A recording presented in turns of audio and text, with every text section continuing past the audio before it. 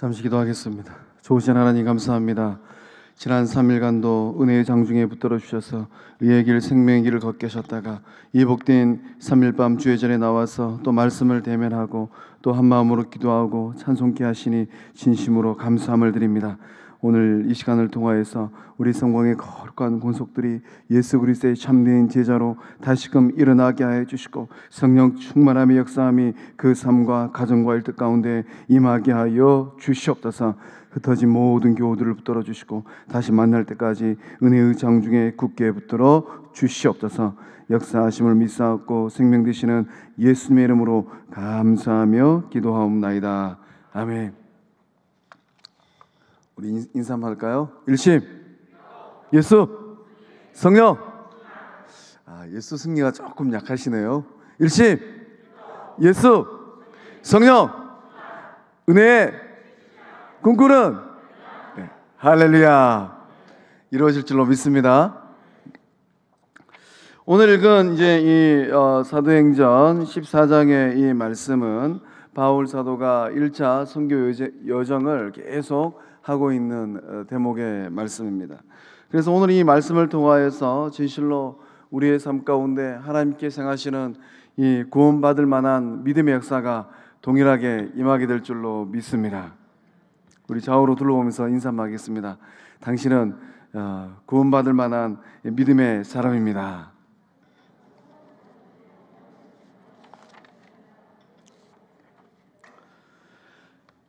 13장의 말씀을 보면 이 바울과 이 바나바가 비시디아 안디옥에서 이 사역을 참 열심히 잘 했습니다.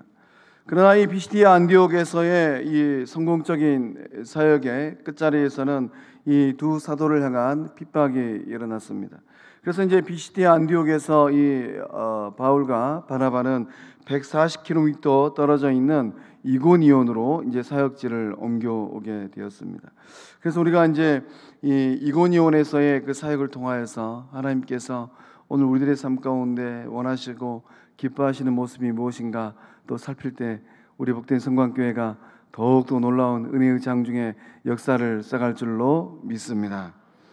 첫 번째, 이 바울과 바나바가 함께하는 이 사역의 모습을 함께 살펴보겠습니다. 우리 1절의 말씀 함께 읽어보겠습니다. 이고니온에서 두 사도가 함께 유대인의 회당에 들어가 말하니 유대와 헬라의 허다한 무리가 믿더라. 아멘. 두 사도가 함께 이 복음 증거 사역을 감당하고 있습니다. 그래서 이제 이 바울과 바나바가 함께 사역하는 이 모습 가운데 우리는 이 교회에 대한 생각을 좀 정리할 필요가 있는 것 같습니다.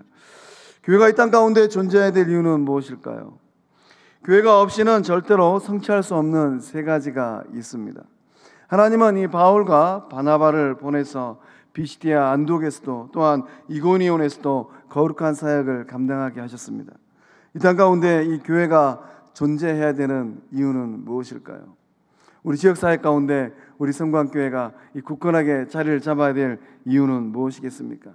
이 코로나19 시대 가운데 이 대면 예배에 대해서 이런저런 말들이 굉장히 많이 있습니다.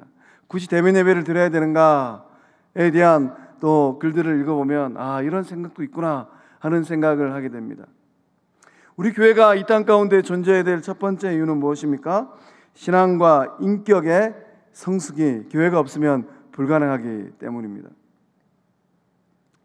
신앙이 성숙하고 인격이 성숙하는 것은 언제 이루어집니까? 이 신앙과 인격은 관계 속에서 성장하게 됩니다. 그래서 하나님은 우리 주님은 이 교회 공동체를 통하여서 구원받은 주의 백성들의 신앙도 인격도 성장하고 성숙하기를 원하고 계십니다. 아마 이제 그 가정에서 이 시루통에서 콩나물 이렇게 길러 보셨을 것 같아요. 이 구멍이 뚫린 시루통에다가 이 집을 깔고 그 위에 이 노란 콩을 둡니다. 그리고 또 이제 헝겊을 이렇게 덮어놓고 물을 줘요. 하루에 몇 번씩 물을 줍니다. 시간이 지나고 나면 어떻습니까? 이 콩나물 시루통에는 놀라운 변화들이 막 일어나요. 어떤 변화가 일어납니까? 이 노란 콩에서 싹이 나고 또 일주일 가고 2주일 가면 이 노란 콩이 이제 자라서 형태 변화가 일어납니다. 그래서 밥상에 올라오는 먹음직한 이 콩나물이 됩니다. 근데 콩나물을 사봐서 아시겠지만은 콩나물을 기르는 사람, 콩나물에 물 준 주인이 얼마나 성실한 사람인가 아닌가를 단번에 알 수 있는 잣대가 있습니다. 그것이 무엇인가 하면 콩나물에 나 있는 잔뿌리예요. 잔뿌리가 많이 난 콩나물은 그 콩나물을 기른 사람이 굉장히 게으르고 또 불규칙적으로 물을 준 사람입니다. 이 콩나물이 토실토실하게 살이 찌고 잔뿌리가 없으면은 이 콩나물을 길러낸 사람은 성실한 사람이고 물을 정기적으로 흠뻑 주는 사람이에요. 우리 교회 공동체도 마찬가지인 것 같아요. 우리 주님께서 피 흘려 세우신 이 교회 공동체를 통하여서 인격도 자라고 신앙도 자랍니다. 근데 곰곰이 들여다보면 잔뿌리가 굉장히 많은 유형의 사람들도 있습니다. 근데 어떤 유형의 사람들은 아주 토실토실한 이 콩나물처럼 아주 매끈하고 인격도 신앙도 성숙합니다. 아, 저분은 참 이 교회 공동체를 통하여서 은혜의 말씀을 잘 받아 먹었는가 보구나. 저런 이 성도들이 가득한 교회 공동체는 진실로 은혜의 강수가, 은혜의 이 단비가 내리는 교회 공동체인가 보구나. 이런 생각을 하게 됩니다. 오늘 예배 자리에 나온 우리 성광의 식구들은 어떻습니까? 토실토실 살찐 콩나물과 같은 그런 인격체이고 신앙을 소유하고 있습니까? 아니면은 이 콩나물을 기르는 이 주인이 물을 하도 불규칙적으로 주니까 물을 조금이라도 빨아당기기 위해서 잔뿌리가 막 그냥 여기저기 나 있는 그런 신앙생활과 인격을 소유하고 있습니까? 소망합니다. 오늘 이 3일 밤에 나온 우리 성광의 모든 권속들은 우리 주님 보시기에 참으로 아름답고 수려한 인격과 신앙을 소유하고 있는 줄로 믿습니다. 우리 옆에 있는 분들과 다시 한번 인사할 때 상당히 아름답습니다.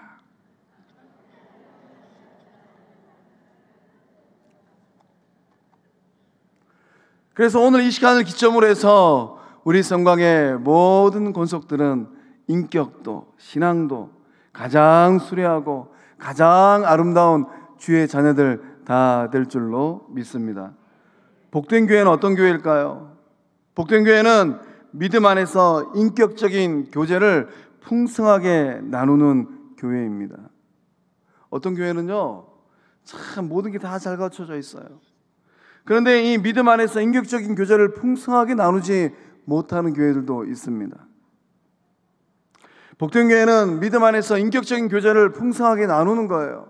하나님께서 우리의 삶 가운데 주신 은혜가 있으면은 그것을 가지고 나 혼자만 누리고 나 혼자만 소유하는 것이 아니라 주 안에서 만난 형제 자매들에게 이 인격과 삶을 나누는 교회, 그러한 교회가 진실로 복된 교회인 줄로 믿습니다. 우리 교회는 여수 전역에서 대한민국에서 가장 복된 교회인 줄로 믿습니다. 입술의 고백처럼 그런 교회를 만들어갈 줄로 믿습니다. 또 이제 이 바나바와 이 바울의 사역하는 모습 가운데서 볼 수 있는 교회가 존재해야 될 두 번째 이유는 지속적인 신앙을, 이 교회 공동체를 통하지 않고서는 유지할 수 없기 때문입니다. 내가 아무리 믿음이 좋고 큰 은혜를 받았다 할지라도 믿음의 형제들, 믿음의 자매들과 함께하지 않으면 나의 믿음의 불도, 나의 은혜의 불도 금방 식어버리게 돼요. 그래서 이 코로나 시대 때 가장 어려운 신앙의 문제는 무엇일까요? 함께 모여서 예배하고 함께 모여서 삶을 나누지 못하다 보니까 홀로 그 삶의 자리에서 믿음을 지켜내는 분들이 있습니다. 이 목사로서 제 마음 가운데 이런 질문이 들어요. 그렇게 홀로 이 삶의 자리에서 믿음을 지키고 있는 우리 형제들, 우리 자매님들은 그 믿음을 굳건하게 잘 유지하고 있을까? 또는 안일 주위에 또 길들여져서 나태해지지는 않을까? 예수님께서 이 교회 공동체를 세우신 이유가 무엇입니까? 주님 오시는 그날까지 어떤 영적 전쟁 가운데 놓여있다 할지라도, 사단 마귀가 어떤 시험거리를 가져온다 할지라도 함께 모여서 신앙생활할 때 우리의 신앙이 변치 않는 신앙으로 유지되는 은혜가 임할 줄로 믿습니다. 또한 이 교회 공동체를 통하여서 하나님의 일을 효과적으로 추진할 수 있기 때문이에요. 하나님께서 교회를 통하여서 이루고 있는 일들은 어떤 일일까요? 우리 주님께서 믿음의 이 구원받은 주의 백성들을 통하여서 이루기를 원하는 일은 어떤 일이겠습니까? 2000년 전에 저 머나먼 땅 갈릴리 이 호숫가에서 우리 주님이 12제자들을 다 부르고 그들에게 생명의 말씀을 증거해 주셨습니다. 예수 그리스도의 이 말씀 안에서 그들은 한 마음이 되었고 한 뜻이 되었습니다. 그러므로 말미암아 이 제자들은, 제자 공동체는 하나님의 일을 효과적으로 잘 감당할 수 있게 되었습니다. 오늘날 이 교회가 이 땅 가운데서 수행해야 될 하나님의 일, 중요한 교회의 5가지 수레바퀴는 무엇입니까? 한번 따라해 보겠습니다. 예배, 양육, 친교, 봉사, 선교. 우리가 이 흩어져서는, 우리 혼자만의 이 신앙의 자리에서는 이 5가지 이 교회의 기능을 잘 감당할 수가 없어요. 함께 모여서 영적 공동체를 만들고 함께 모여서 마음을 합칠 때 예배도, 또 다음 세대를 길러내는 양육도, 성도들 간에 이루어지는 친교도, 또 지역사회를 섬기는 봉사도, 또 땅까지 가서 주의 복음을 증가하는 선교의 사역도 잘 감당하는 은혜가 넘치는 교회 될 줄로 믿습니다. 특별히 본문의 말씀을 대입을 하면은 이 선교는 함께하는 거룩한 영적 사역이에요. 바울과 바나바가 이 머나먼 지역을 가서 이 주의 복음을 증가할 수 있는 데는 안디옥 교회에 지지가 있었고 안디옥 교회에 후원이 있었습니다. 그렇기 때문에 이 바울과 바나바는 이 안디옥 교회의 도움을 받아서 머나먼 지역까지 가서 주의 복음을 전하게 된 것입니다. 오늘날도 마찬가지입니다. 우리 성광교회가 더욱더 건강한 교회, 우리 성광교회가 더욱더 은혜 충만한 교회, 우리 성광교회가 더욱더 사랑이 충만한 영적 공동체가 되어야 될 이유는 무엇입니까? 주님 오시는 그날까지 땅끝까지 이르러 내 증인이 되리라. 이 선교 사역을 잘 감당하기 위해서 우리 성광교회는 더욱더 생명력 있는 건강한 교회 공동체가 되어야 될 줄로 믿습니다. 지난 월요일 날 친구 선교사님이 다녀갔습니다. 이스라엘에 들어가서 이 6년 선교 사역을 또 감당하고 안식년차 한국에 나왔다가 이 코로나가 좀 잠잠해져서 저를 또 만나러 왔는데, 만나서 이런저런 얘기를 나눠보니까 이 코로나19의 어려움을 통하여서 선교사님들의 이 사역이 굉장히 힘들어졌다라는 거예요. 무엇보다도 이 교회들이 이 후방에서 또 선교 사역을 잘 감당할 수 있도록 재정의 지원을 잘 해야 되는데, 이 교회가 어려워지니까 선교 이 후원비도 조금씩 줄고, 어떤 교회는 재정적으로 힘드니까 이 재정 후원도 이제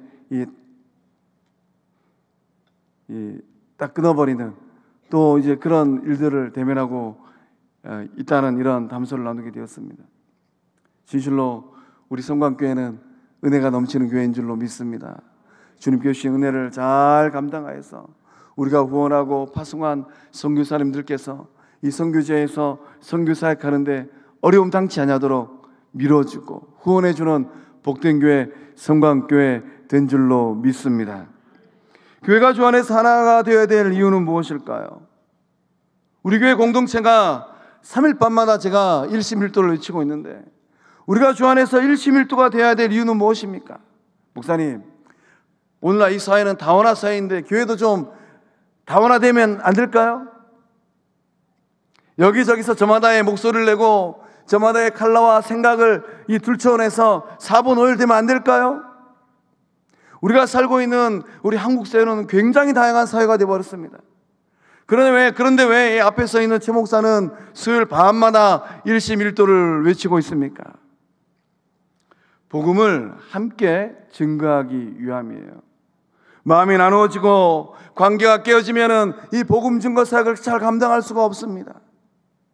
그래서 주님께서는 이 말씀을 우리에게 주시고 생명을 우리에게 주셔서 한 마음이 되어지고 한 뜻이 되라라고 우리를 십자가의 보혈로 한 형제 한 자매 삼아주신 줄로 믿습니다.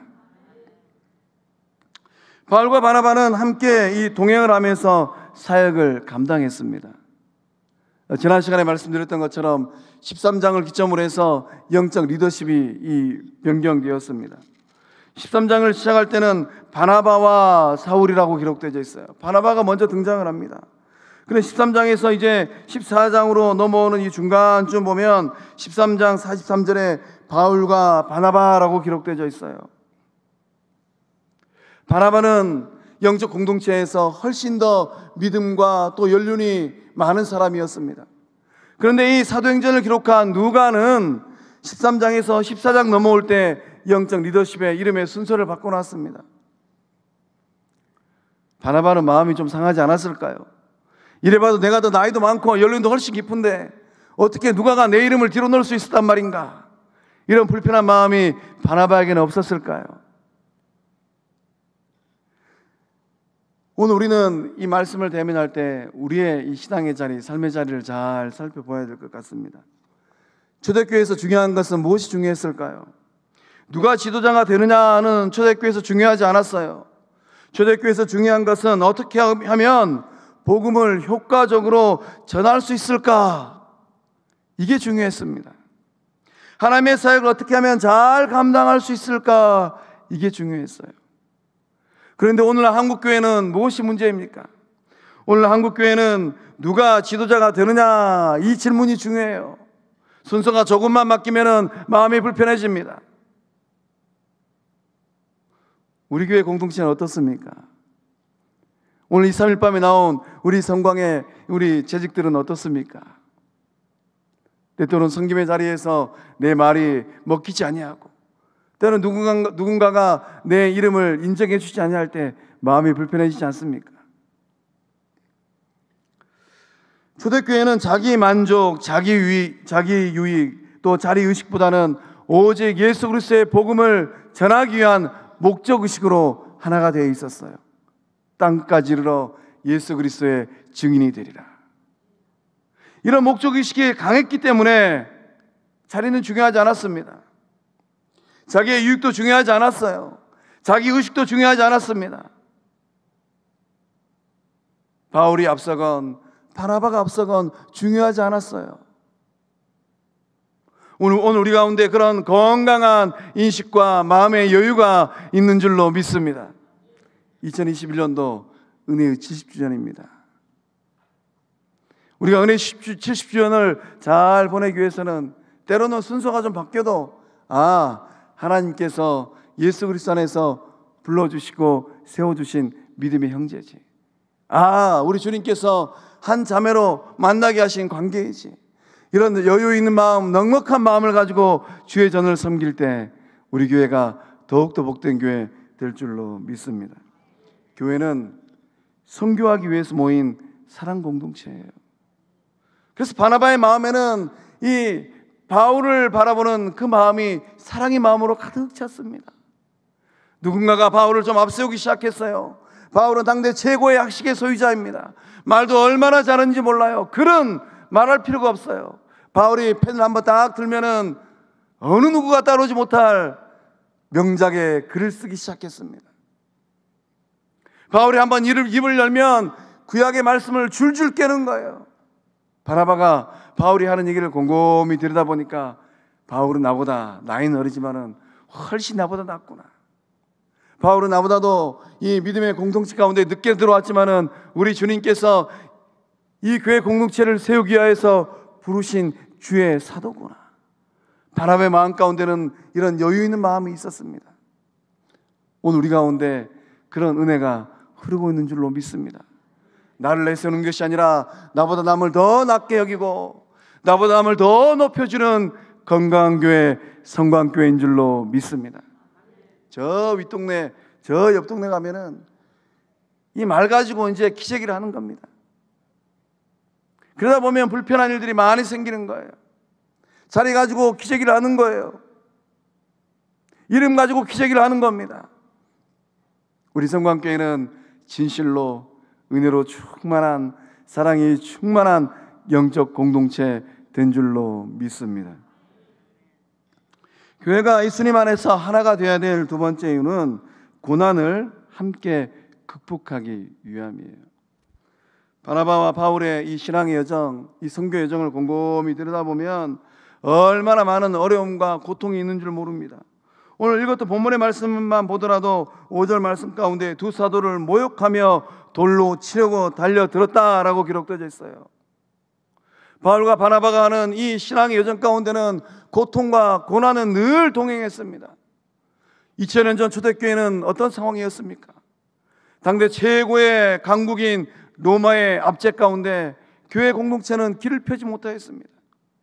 어쩌면 저 북녘에 있는 우리 믿음의 형제들이 신앙을 지키고 있는 그 삶의 자리와 비슷할 것 같아요. 북녘 땅에서 우리의 믿음의 형제들이 저는 예수 믿는 사람입니다 라고 고백하면 그날부로 요독 수용소 끌려가는 겁니다. 그날부로 이 아우슈 탄강에 끌려가는 거예요. 교회 공동체는 이런 고난과 이 고통이 늘 수반되었습니다. 그래서 믿음의 형제들, 믿음의 자매들이 모여서 예수님 안에서 한 마음 한 뜻이 되어야 될 이유는 그 어려움과 고난을 이겨내기 위함이에요. 우리 교회 공동체는 그 사랑으로 지난 어려움의 시기를 잘 이겨낸 영적 공동체인 줄로 믿습니다. 그 입술의 고백처럼 주님 오시는 그날까지 한 마음이 되어주고 예수님 안에서 서로 사랑하는 영적 공동체를 만들어가고 세워갈 줄로 믿습니다. 그런 공동체를 만들기 위해서는 눈을 반쯤 감으면 돼요. 귀를 반쯤 닫으면 됩니다. 반쯤 감고 반쯤 닫고 바라보면 이해되지 못할 상황이 없고 또 받아들이지 못할 사람이 없어요. 그러나 우리가 눈을 불알을 뜨고 귀를 쫑긋 세우고 도마에 있는 팔을 칼로 자르듯이 그렇게 난도질하면 교회에 있는 사랑은 다 깨어져 버립니다. 예수님께서 십자가상에서 우리의 모든 죄를 용서하여 주시고 품어주셨던 것처럼 그 사랑으로 품어주고 안아주는 사랑 공동체, 성관 공동체인 줄로 믿습니다. 세 번째는 기쁨을 함께 나누기 위함입니다. 교회는 무엇이 충만해야 되는가? 교회는 기쁨과 성령이 충만한 곳이에요. 그래서 13장 52절의 말씀 우리 함께 읽어보겠습니다. 시작.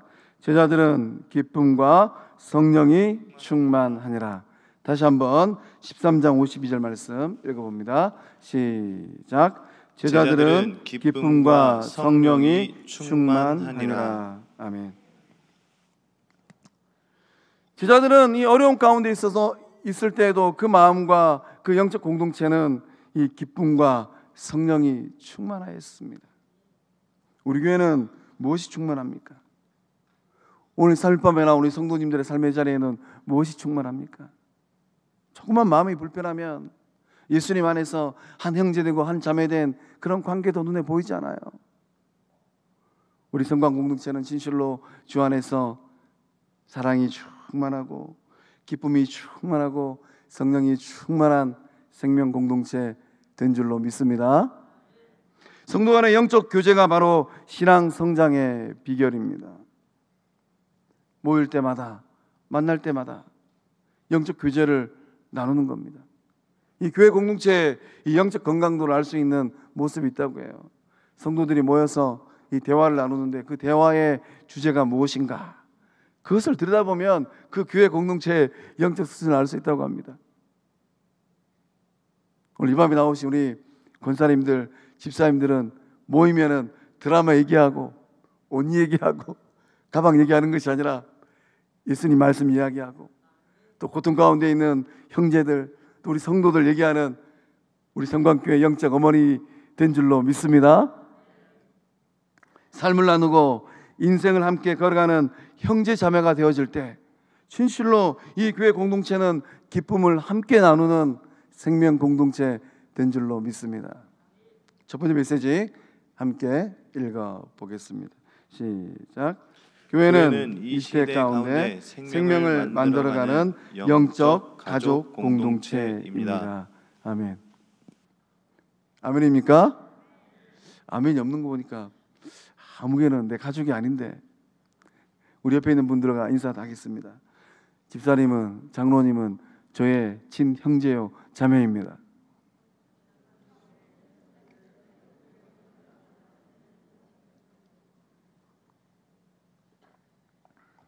잘 아시는 것처럼 저는 형제가 참 많습니다.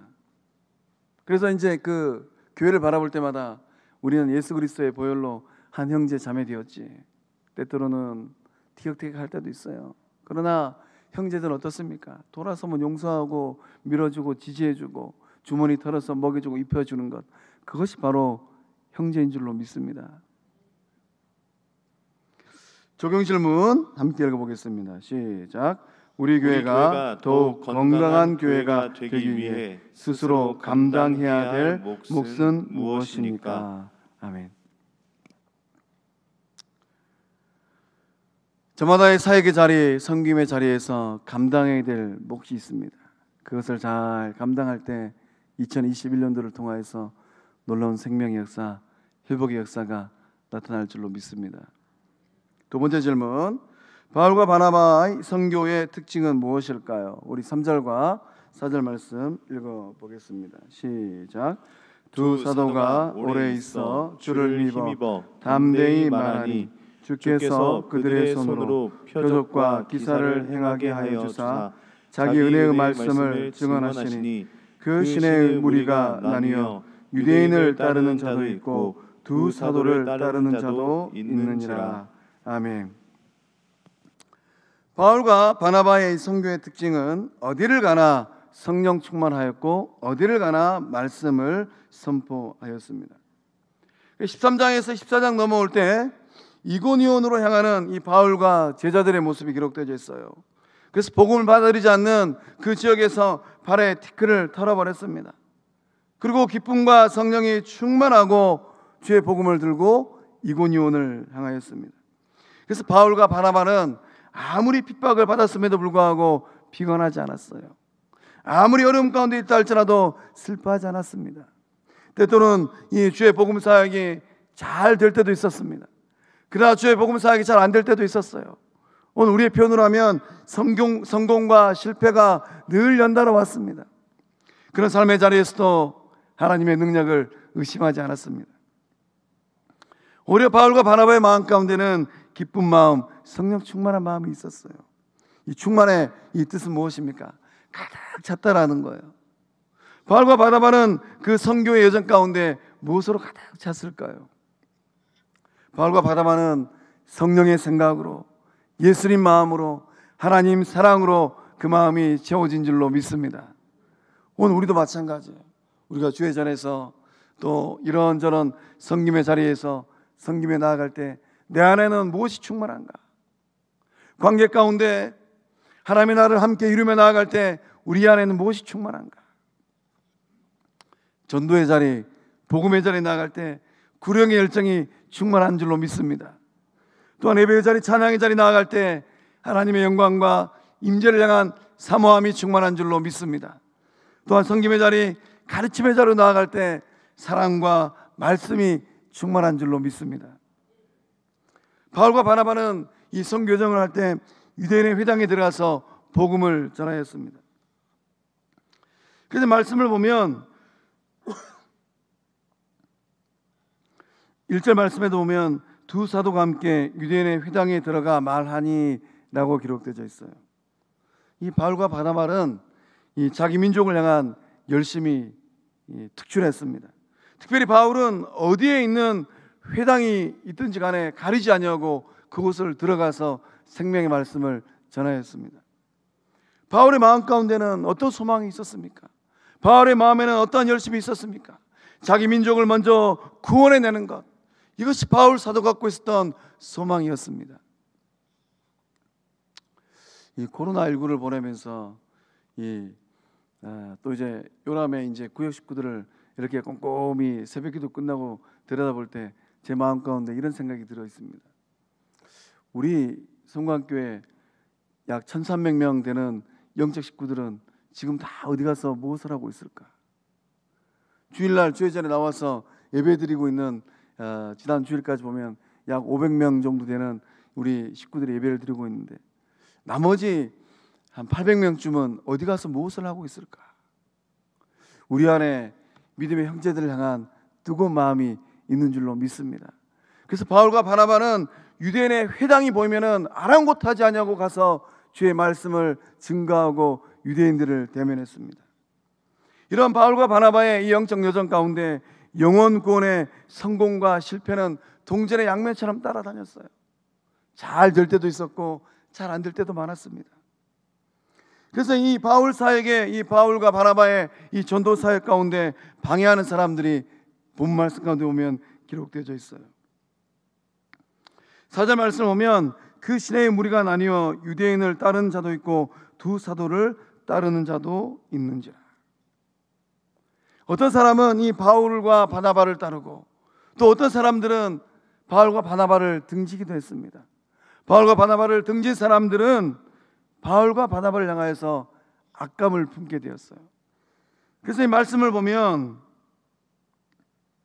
5절 말씀에 두 사도를 모욕하며 돌로 치려고 달려드니, 바울과 바나바를 등진 사람들은 바울의 복음을 외면하고 예수 그리스도의 생명의 복음을 반하는 행동들을 한 것입니다.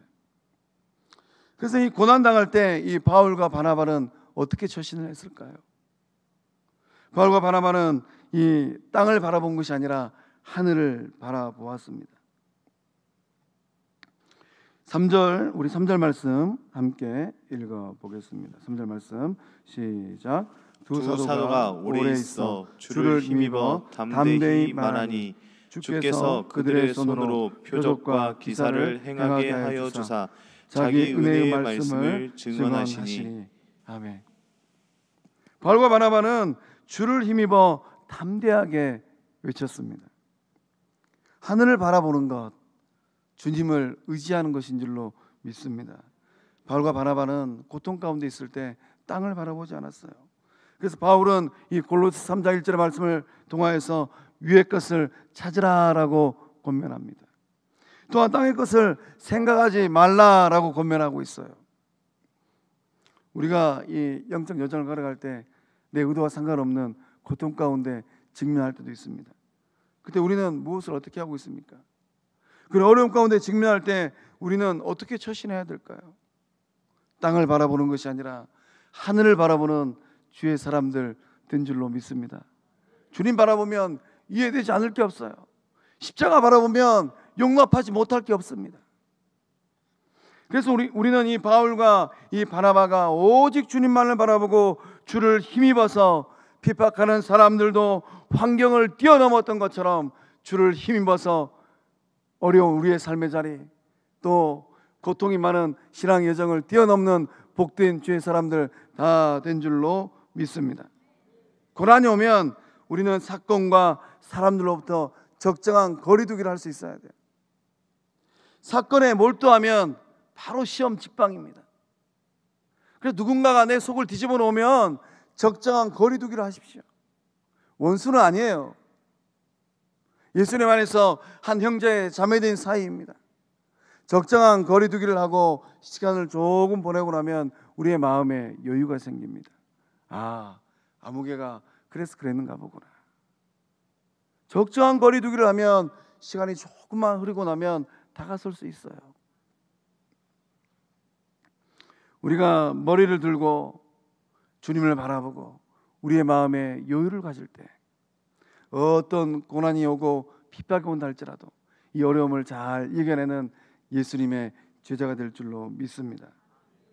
바울과 바나바의 이 선교 중의 세 번째 특징은 표적과 기사를 행하였습니다. 표적과 기사를 행하는 주체는 누구일까요? 표적과 기사를 행하는 주체는 바울이 아닙니다. 하나님은 그저 바울의 손을 통해서 이 표적과 기사를 행할 뿐입니다. 바울과 바나바는 목숨을 걸고 주의 복음을 담대히 전하였습니다. 목숨을 걸고 주의 복음을 증거할 때 하나님은 바울의 손을 통하여서 표적도 기적도 일어나게 하셨습니다. 우리가 신앙생활 하다 보면 어떤 때는 이 표적과 기적에 딱 매여 있을 때가 있습니다. 또 그런 신비주의를 따라가는 사람들도 있어요. 우리가 주님만을 바라보고 또 복음 증거 사역을 하고 예수 이름으로 담대히 기도하고 선포할 때 본문 말씀에 기록된 놀라운 일들이 일어나게 될 줄로 믿습니다. 바울과 바나바는 또한 이 자기 은혜의 말씀을 증언했습니다. 그래서 이 3절의 말씀 보면 자기 은혜의 말씀을 증언하였다라고 기록되어 있어요. 이 자기 은혜의 말씀이 어떤 말씀일까요? 자기 은혜란 무엇이겠습니까? 자기 은혜란 하나님께서 나에게 주신 은혜예요. 나에 대한 은혜입니다. 하나님께서 바울 사도에게만 주신 특별한 은혜예요. 오늘 이 자리에 나온 우리 성광의 식구들은 그런 은혜가 있습니까? 내 인생과 내 신앙의 뒤를 돌아보니까 하나님께서 나에게 주신 어떤 누구의 인생과 비교할 수 없는 그 은혜가 있습니다.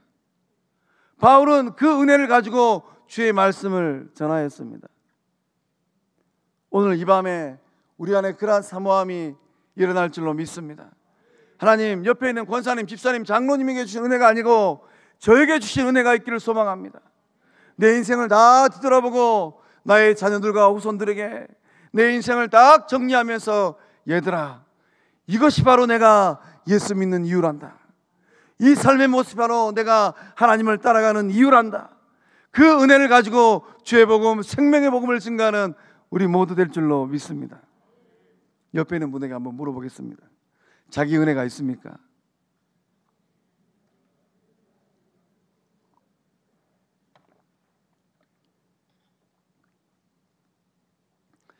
하나님께서 바울에게 이 은혜를 주신 이유는 무엇일까요? 하나님께서 우리의 삶에 저마다의 은혜를 주셨습니다. 그러한 은혜를 주신 이유는 무엇입니까? 우리 에베소 3장의 말씀을 한번 찾아보겠습니다. 에베소서, 갈라디아서 뒤에 있는 에베소서 3장 7절과 9절의 말씀.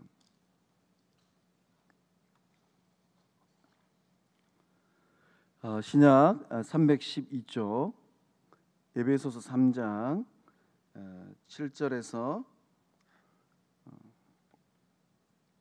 우리 9절의 말씀.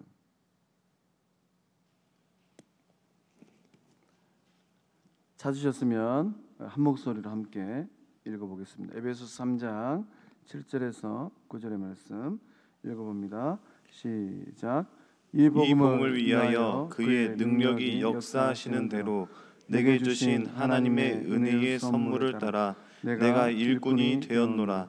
모든 성도 중에 지극히 작은 자보다 더 작은 나에게 이 은혜를 주신 것은 측량할 수 없는 그리스도의 풍성함을 이방인에게 전하게 하시고 영원부터 만물을 창조하신 하나님 속에 감추어졌던 비밀의 경륜이 어떠한 것을 드러나게 하려 하심이라. 아멘.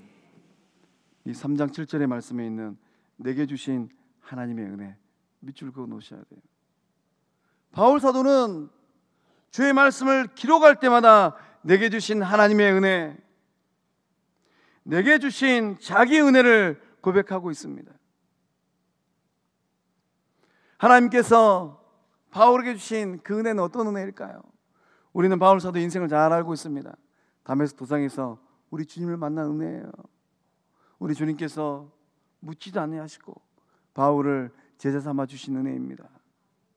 그 은혜를 가지고 바울 사도는 고백하고 있는 겁니다. 내게 주신 하나님의 은혜. 이 은혜를 가지고 주의 말씀을 증거합니다.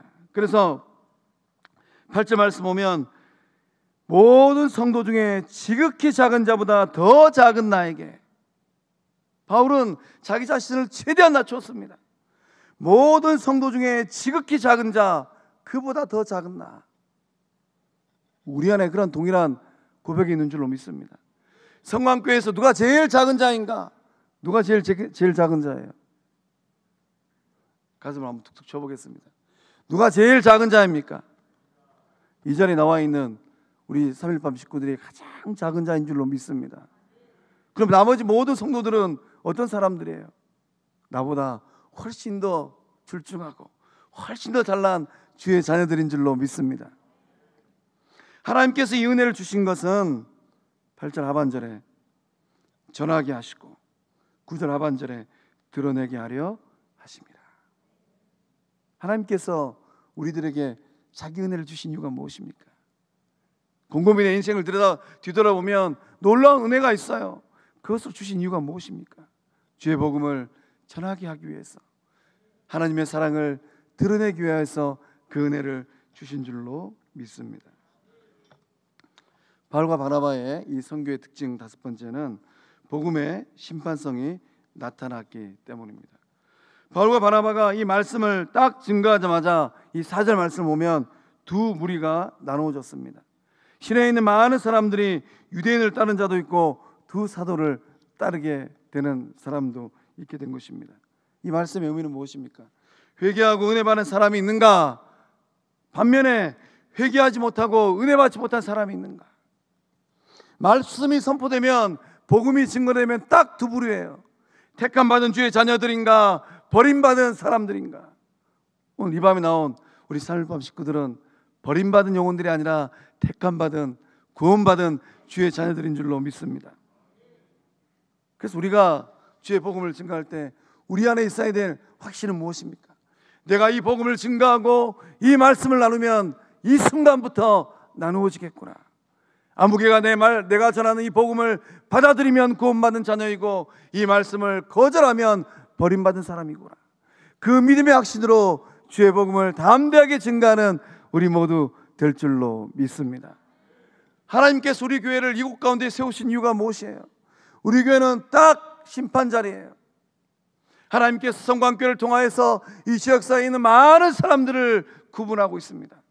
구원받은 사람인가, 버림받은 사람인가. 소망합니다. 우리 교회가 빛의 역할, 소금의 역할을 더욱더 잘 감당하여서 구원받은 주의 백성들이 풍성해지는 은혜스러운 교회 될 줄로 믿습니다. 우리 두 번째 메시지 읽어보겠습니다. 시작. 복음은 내게 주신 은혜를 전하는 것입니다. 아멘인 줄로 믿습니다. 오늘 이 밤 집에 가가지고 곰곰이 한번 생각해 보십시오. 자기 은혜, 하나님께서 나에게 주신 은혜가 무엇인가? 나는 이것을 그냥 담고만 있는가? 이것을 통하여 생명의 복음을 전하고 있는가? 우리 두 번째 적용 질문 함께 읽어보겠습니다. 시작. 내게 주신 은혜는 무엇이고 누구에게 전하고 있습니까? 이 은혜를 가지고 생명의 복음을 열심히 증가하는 우리 모두 될 줄로 믿습니다. 세 번째 질문, 루스드라에서 발을 쓰지 못한 사람이 고침받은 이유는 무엇입니까?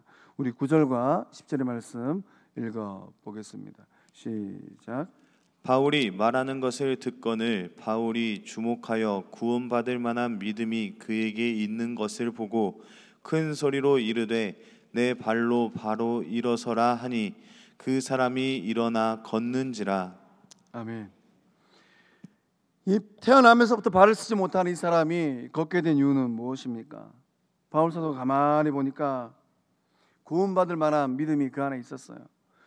어떻게 해서 이 나면서부터 걷지 못한 이 사람은 구원받을 만한 믿음을 소유하게 되었을까요? 우리가 이 9절 말씀 상반절을 보면 바울이 말하는 것을 듣거늘이라고 기록되어 있습니다. 남에서부터 걷지 못한 이 사람은 바울이 복음을 전할 때 귀를 쫑긋 세우고 그 말을 듣고 있었어요. 말씀의 능력이 걷게 한 줄로 믿습니다. 능력은 말씀과 함께 역사하는 거예요. 그래서 이 본 말씀 가운데 듣거늘 이 말의 의미는 무엇입니까? 이 사람은 관심을 가지고 마음을 다해서 열심히 들었다라는 거예요. 바울이 지금 어떤 얘기를 하고 있는가? 바울을 통하여 들려오는 이 말씀의 의미는 무엇인가? 집중해서 들었다라는 것입니다. 말씀의 능력은 어떻게 이루어지게 되는 것입니까? 첫 번째, 이 말씀 자체에 이 역사가 있습니다. 말씀이 생명의 씨가 되어서 부려지게 되는 거예요. 이 말씀의 능력이 이 듣는 이 사람에게 임한 것입니다. 두 번째는 이 말씀을 통하여서 영혼 구원의 역사가 일어나는 거예요. 말씀이 들었다고 해서 바로 고침의 역사가 일어나지 않습니다. 하나님께서 이 말씀을 통하여서 영혼 구원의 역사를 먼저 이루신 줄로 믿습니다. 그러니까 이 사람이 걷기 전에 이 영혼은 벌써 구원함에 이른 하나님의 자녀가 된 거예요.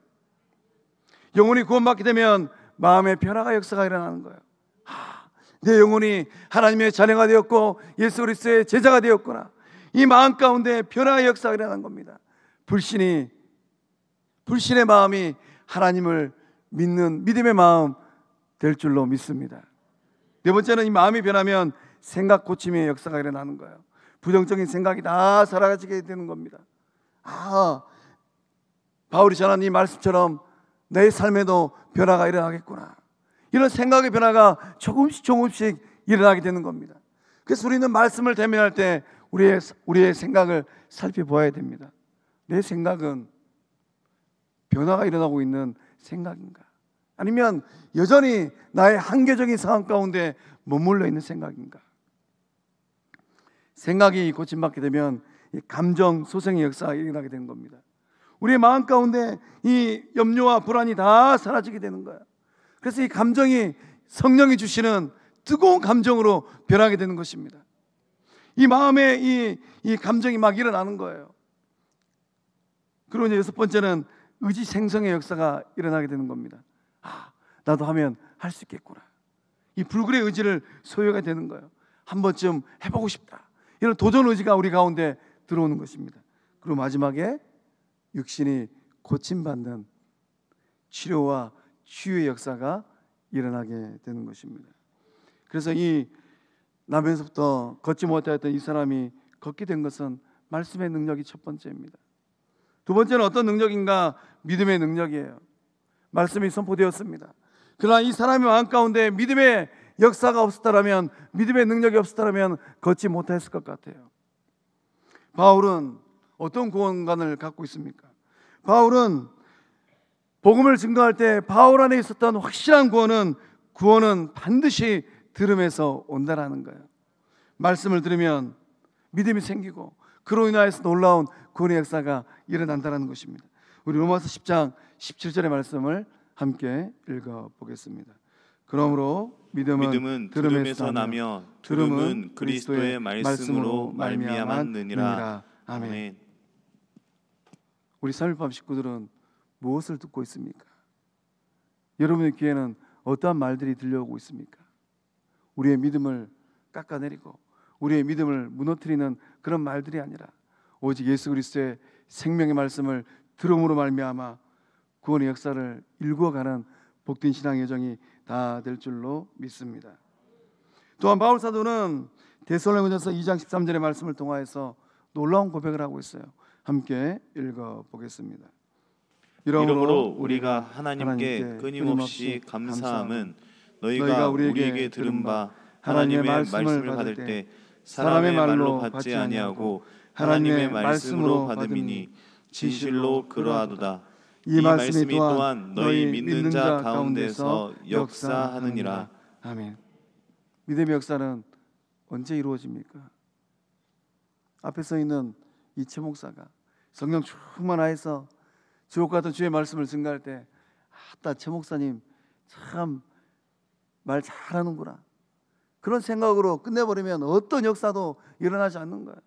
그러나 이 강단에 선포된 그 말씀, 어떤 주의 종이 쓴다 할지라도 하나님 말씀이구나, 어떤 말씀이 마음에 들어온다 할지라도 하나님 말씀이구나, 믿음으로 받아들이고 고백할 때 이 바울의 고백처럼 너희 믿는 자 가운데서 역사하시는 능력의 말씀이 될 줄로 믿습니다. 주의 말씀을 읽을 때도 마찬가지예요. 기록된 성경의 말씀을 읽을 때도 이 말씀은 내가 읽어야 될 말씀이 아니네, 이 말씀은 저 김집사님이 들어야 될 말씀이네. 그렇게 치부해버리면 어떤 생명의 역사도 일어나지 않습니다. 말씀을 듣고 읽을 때 나를 향한 주의 말씀으로 받는 우리 3.1밤 식구들 다 될 줄로 믿습니다.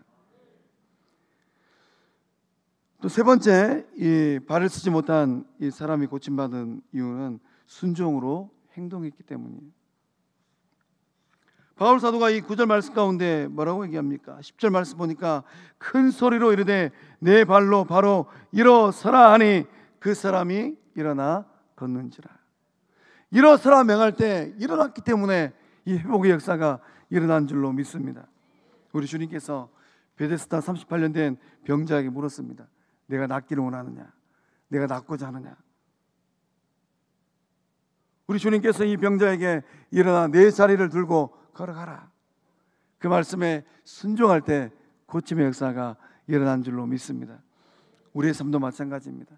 주의 말씀을 읽고 마음에 새겼으면 순종함으로 행동할 때 놀라운 고침의 역사, 놀라운 하나님의 능력의 역사함이 일어날 줄로 믿습니다.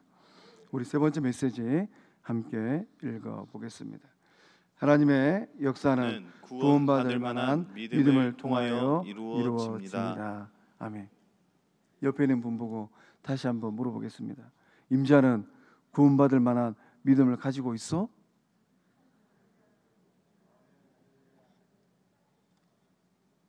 이 밤에 나오는 이 30반 식구들은 구원받을 만한 산 믿음을 소유하고 있는 줄로 믿습니다. 세 번째 적용 질문 함께 읽어보겠습니다. 나의 삶 가운데 일어나야 할 부분은 무엇입니까? 아멘. 루스드라 안진뱅이는 바울과 바라바 만나서 평생의 소원을 풀었습니다. 오늘 이 밤에 나온 우리 서울밤 식구들, 주님, 제 삶에서 이 부분이 좀 일어났으면 좋겠습니다. 소망하고 기도하며 간구하며 나갈 때 일어남의 역사가 동일하게 임하게 될 줄로 믿습니다. 우리 이 시간 교회여 일어나라 함께 찬양하겠습니다.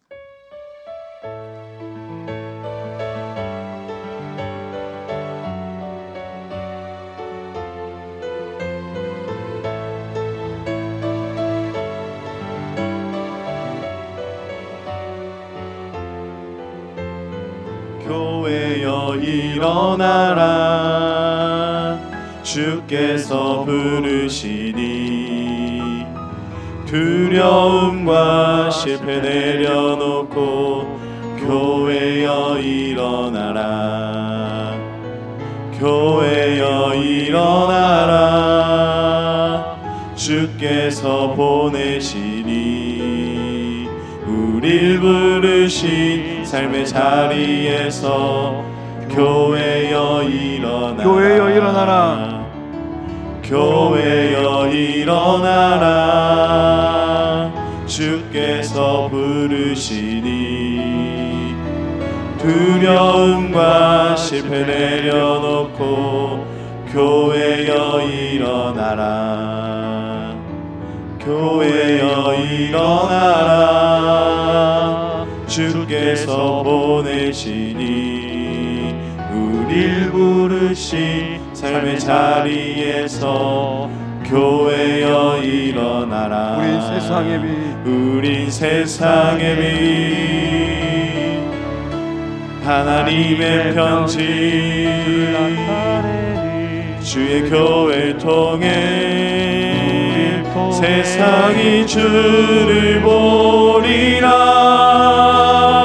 일어나라 아버지 사랑으로, 아버지 능력으로 서로 하나 되어 그 빛을 비추라. 노래하라 아버지의 사랑을, 아버지의 크심을 이 삶의 노래로 주님을 나타내라. 일어나라 아버지 사랑으로, 아버지 능력으로 서로 하나 되어 그 빛을 비추라. 노래하라 아버지의 사랑을, 아버지의 크심을 이 삶의 노래로 주님을 나타내라. 일어나라 아버지 사랑으로,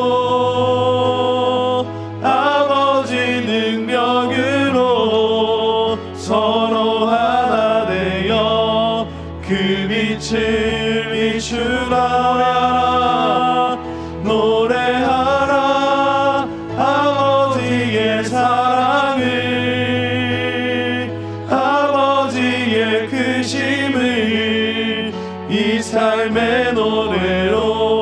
주님을 나타내라. 일어나라. 우리 시한 마음으로 기도하기를 원합니다. 주님,